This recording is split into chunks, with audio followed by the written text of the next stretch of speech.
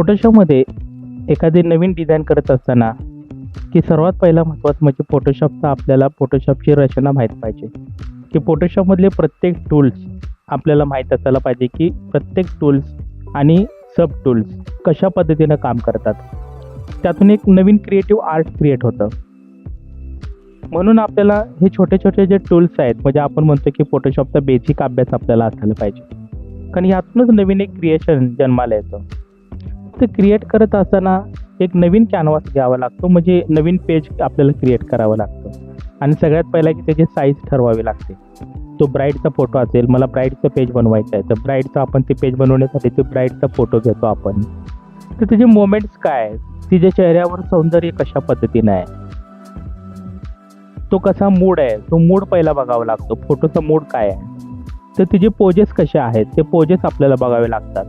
मग आपल्याला त्या पोजेसच्या हिशोबाने त्या पेजवर आपल्याला त्या फोटोची मांडणी करावी लागते. जे फोटोंची आपली त्या पेजवर असणारी ठेवण कंप्लीट झाली की मग हा क्रिएशनचा पार्ट आला, की क्रिएशन कशा पद्धतीने आपल्याला करायचं आहे. तर त्या पोर्ट्रेट फोटोला जे बॅकग्राऊंड आहे त्याच बॅकग्राऊंडला घेऊन मी एक ग्रेडियंट्स क्रिएट केला. आणि ग्रेडियंट्स क्रिएट करून म्हणजे एक थीम क्रिएट केली, मी कलर थीम क्रिएट केली, म्हणजे बॅकग्राऊंड क्रिएट केलं. आणि त्या वॉलपेपरमध्ये अजून काही नवीन बॅकग्राऊंड यूज करून काय टेक्स्चराईज मी इफेक्ट्स त्याच्यामध्ये दिले, त्यामुळे ते बॅकग्राऊंड मला मास्किंग करायला सोपं पडलं. उजव्या साईडला आहे ते फ्लाइंग द फॅब्रिक्स, म्हणजे ग्रीन कलरचा, तो ॲक्च्युली रेड कलर होता. तो पण फॅब्रिकचा जो कलर आहे, तो फॅब्रिकचा कलर पण मी पूर्ण चेंज केला, कारण तिच्या साडीवर एक हिरव्या कलरची एक शेड आहे बघा, म्हणजे ही ग्रीन कलरची त्याची साडी आहे. रेड आणि ग्रीनचा तिचा म्हणजे साडीचं कॉम्बिनेशन आहे. तर ते ग्रीन कलरला पकडून मी काय केलं, ते फ्लाइंग द फॅब्रिकला पण रेड कलरचा जो फ्लाइंग फॅब्रिक होता त्याला मी ग्रीन शेड देण्याचा प्रयत्न केला. आणि तो राईट साईडने असं एक कॉम्बिनेशन मी तयार केलं की. आणि लेफ्ट साईडला जो आहे, डाव्या साईडला एक जो फोटो मी बसवला त्याला मी मास्किंग केलं.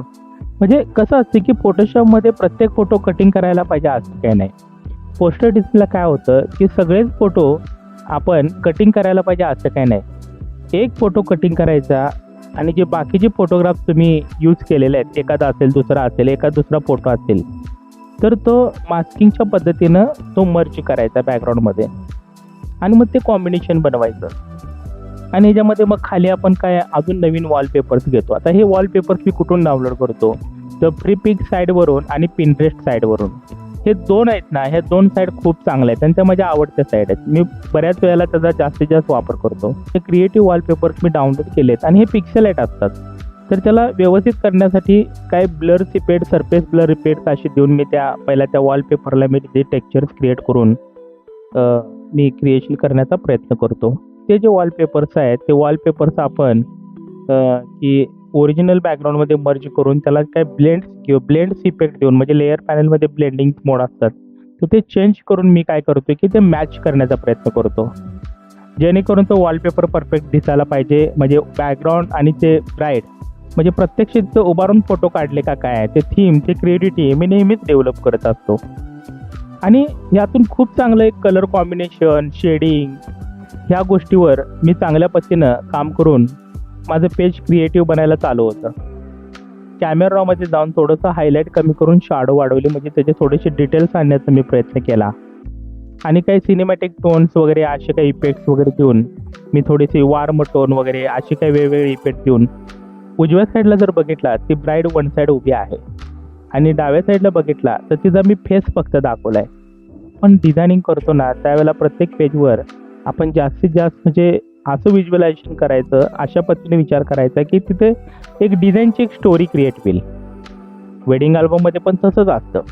पोस्टर डिझाईन पण आपण खूप चांगल्या अशा स्टोरीज क्रिएट करू शकतो.